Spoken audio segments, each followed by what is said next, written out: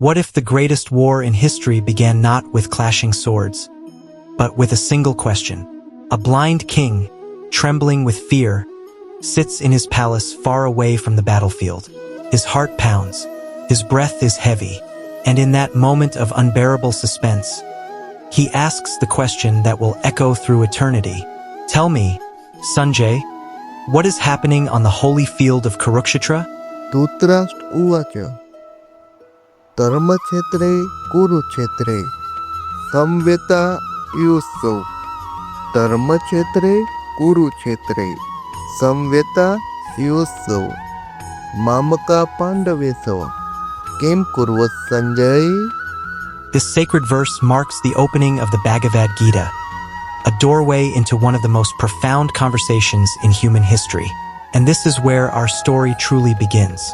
In the grand kingdom of Hastinapura, King Dhritarashtra sits on his throne, blind not only in sight but often in judgment. Though he cannot see the battlefield, his mind is consumed by it. Far away, on the sacred plains of Kurukshetra, two mighty armies have assembled. The air trembles with the sound of conch shells. War drums thunder like storm clouds. Millions of warriors stand face to face, ready to fight a battle that will decide the fate of a dynasty. On one side stand Dhritarashtra's sons, the Kauravas, proud, powerful, and burning with ambition. They are led by his eldest son, Duryodhana, a prince whose hunger for the throne has pushed the kingdom to the edge of destruction. On the other side stand the sons of Pandu, the Pandavas, rightful heirs to the kingdom, warriors of unmatched skill and honor. Years of rivalry, betrayal, and injustice have brought them to this very moment. But Kurukshetra is no ordinary battlefield. It is a sacred land, a place of Dharma, of righteousness and cosmic law. The very soil has witnessed ancient sacrifices and prayers. To fight here is not just to wage war. It is to stand before truth itself. Sanjay, the king's charioteer and trusted advisor, has been blessed with divine vision. Though he remains beside the king in the palace, he can see every detail unfolding on the battlefield as if he were standing there. When Dhritarashtra asks his question, Sanjay closes his eyes and begins to describe the scene. He sees two oceans of soldiers stretching to the horizon. Flags flutter in the wind, each bearing the symbol of a great warrior. Elephants roar, horses stomp the ground, and chariots gleam in the rising sun. The tension is so thick it feels like the world itself is holding its breath. Duryodhana surveys the Pandava army and feels a flicker of unease. Their formation is flawless, arranged by brilliant generals and protected by legendary heroes. Masking his fear with pride, he approaches his teacher, the revered Master Drona. With sharp words, he points out the strength of the opposing side, naming the great warriors who stand ready to fight. Yet beneath his confident tone lies anxiety. He knows that this is not just a battle of weapons, it is a battle of destiny. Across the field, the Pandavas stand united.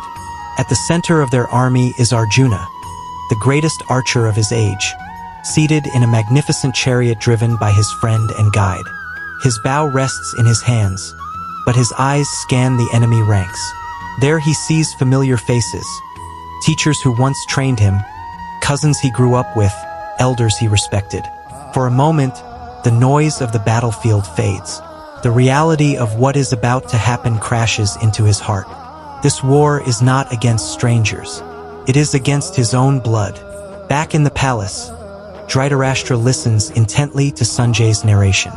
Every word tightens the knot of fear in his chest. He had hoped that the sanctity of Kurukshetra might soften hearts and prevent war. But instead, it has drawn both sides into an even deeper confrontation with their duty. The king's question was simple, but it carried a world of emotion. Hope, dread, guilt, and curiosity. He knows that his attachment to his sons has blinded him to justice. He knows that the path to this war was paved by his silence and indecision. Now, all he can do is listen as fate unfolds. Sanjay continues to paint the scene with vivid clarity. Conch shells sound again, their echoes rolling across the plains like thunder. It is a declaration that the time for words is over. The warriors grip their weapons, The earth itself seems to tremble beneath their feet. This is the moment before history changes forever. The holy field of Kurukshetra has become a mirror reflecting the inner battles of every soul.